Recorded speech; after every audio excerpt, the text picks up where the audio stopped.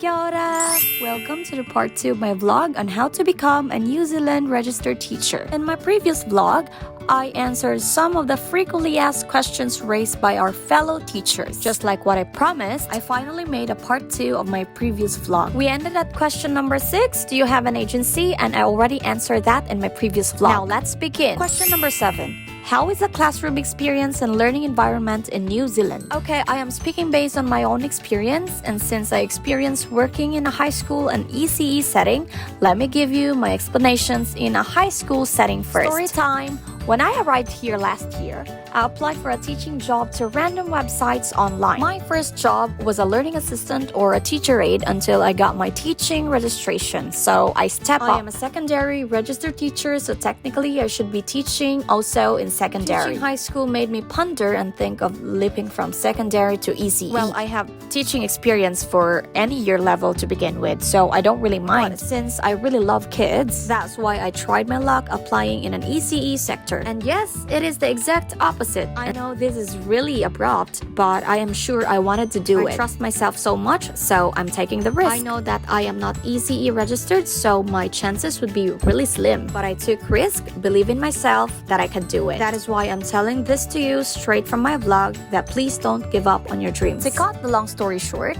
I tried my luck applying in primary and ECE positions, since secondary can also teach in primary. I applied at the Education Gazette, Seek, and Jora. Like what I said in my previous vlog, these are legitimate websites to apply a teaching position here in New Zealand. And you know what? Most of their responses were, unfortunately, your teaching registration is for secondary and we are looking for an ECE qualified teacher. I almost gave up, to be honest, but let me remind you that winners never quit. After all the unfortunately, I got 4 emails inviting me for an interview. Just wow! Aww. And at that moment, I am starting to get confused on which employer will I reply first. But to be fair, I accepted all their invitations, but I arranged the dates to avoid conflicts. Fast forward, all my interviews were successful. I got confused on which job will I accept. I was like, oh my god. Aww. By the way, during the interview, I sell myself to my employer, show a portfolio of my skills and teaching experience, including pictures showing that I am teaching ECE way back home and in Japan. I give my best shot and of course prove to them that I am qualified to teach regardless of my secondary qualification. But the employer set some conditions that I need to study a graduate diploma teaching ECE to qualify for the government's funding. They will hire me as a teacher, but my pay will not be as competitive as to those who gain an ECE qualifications. Well, for me, it's not an issue because me and my husband are working and the offer was not bad, so I said yes. To be honest, I was really confused on which school would I choose until I realized that one of them was closer to where I live, so I chose that school and that is where I am currently connected with. So to all secondary qualified teachers out there, don't lose hope. Keep on fighting for your dreams. If I made it, you will too. Question number 8. How's teaching in New Zealand? It is so different from the Philippines. For high school, paperworks depend on your preparations. For ECE, you will write learning stories. Everything is digital. No more resources or visual aids stress since it's all provided by the school and overtime is paid. Question number 9. Am I qualified to teach if I only earn education units but with teaching experience? Well, most likely it's 50-50 since the NZQA will assess your bachelor's degree qualifications if it is comparable to the initial teacher education in New Zealand. But don't lose hope. You still have an option, which is the discretionary pathway. Question number 10. How's the cost of living? I would say it's expensive, so if you live above your means, then New Zealand is not for you. You will pay your bills on a weekly basis, so it will suck the blood out of you. You will also pay your tax obligations, which is automatically deducted from your salary per fortnight. Also consider your petrol, groceries, insurance, so try to weigh things out before moving here. On the other hand, living here also means securing a good future for your family. Once you become a permanent resident, you will have more access and benefits from the government, including your children's education and healthcare. Amazing, isn't it? Question number 11. How much did you spend in your New Zealand qualifications assessment? In my case, I spent more or less 10,000 in Philippine peso for my documents, authentication, including some miscellaneous such as transportation, etc. Because I don't have a personal printer and scanner, so I need to travel from my home to a computer shop. 12 to 13,000 pesos for IELTS. 13,000 for PTE. I took my PTE in New Zealand, by the way, and 𝗔𝘀𝗸𝗏 was around 24 to 27,000 in Philippine peso. If you avail the zero fee assessment, then you are very lucky. Practicing certificate or teaching registration, that would be around 17 to 18,000 in Philippine peso. Just prepare more or less 50,000 in Philippine peso to be sure. That is only my rough computation or my rough estimate, so please don't bash me. Remember, you need to invest in your own future, so this is a wise investment. I know it's gonna be hard and expensive, but it's gonna be worth it in the end. Question number 12, how many years of teaching experience needed upon applying? The Teaching Council requires at least 2 years of classroom experience. The 𝗔𝘀𝗏 will also clarify if your teaching experience is aligned to your bachelor's degree,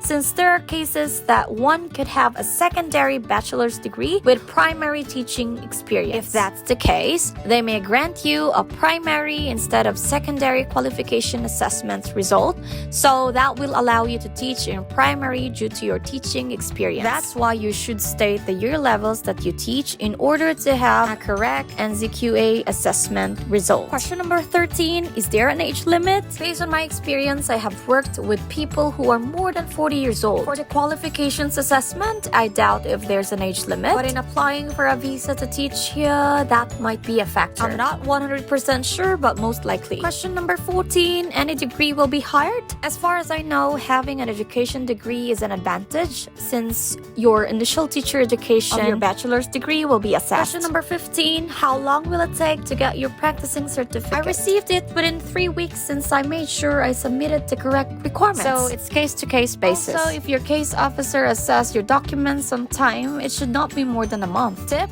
make sure to verify or authenticate your documents prior to your submission to avoid delays. Question number 16, are SPED teachers in demand in New Zealand? Yes, of course. Recently, teachers are already added in the green list roles because they are desperately in need of teachers. So generally speaking, teachers are really in demand here in New Zealand, including SPED teachers. By the way, SPED means special education teachers. New Zealand is actually hiring teachers overseas, especially in ECE. There are also lots of children who need special education teachers. There are also many children with special needs in New Zealand, so most likely they are hiring SPED teachers every term. I also do some research about teaching jobs. That is why I'm confident of the information that I'm sharing you. Teachers are in the green list now, like what I stated at the beginning, which means to say that all qualified teachers are now included on Immigration New Zealand's green list as roles eligible for work to residents. The green list provides a residence pathway to support attraction of highly skilled migrants in globally in-demand and long-term shortage areas. You may visit their website, which is www.immigration.gov.nz for more details. So what are you waiting for? File your application now! New Zealand is an amazing country to begin with. You will not regret in choosing this country to live and settle. Now let me give you some of the reasons why you should work in New Zealand. We all know that New Zealand is a young country and is famous for its spectacular scenery and pleasant climate. This makes it a great place for outdoor living and for trying out a wide variety of outdoor activities. As someone who really loves adventure, what I like living here in New Zealand is that there are lots of adventures that you can try. Aside from working to earn a living, you also have the opportunity to try lots of different things. Have you heard about bungee jumping? Bungee jumping was invented by Kiwis or the New Zealanders in the 1980s. You can actually bungee jump off bridges, stadiums, viaducts, and specially built-in platforms. If you are also a water person, then New Zealand is also for you. Well, do you like surfing? Everywhere in New Zealand is close to the sea, and if surfing isn't to your taste, you could try swimming, sailing, fishing, rafting, diving, or kayaking. Have you heard about rugby? Uh-oh, it's not what you think. Rugby union is the Kiwis' national sport, and the All Blacks are their national team. They have won against every international rugby team. If you prefer to live at a slower pace, don't forget that you are never far from the sea in New Zealand.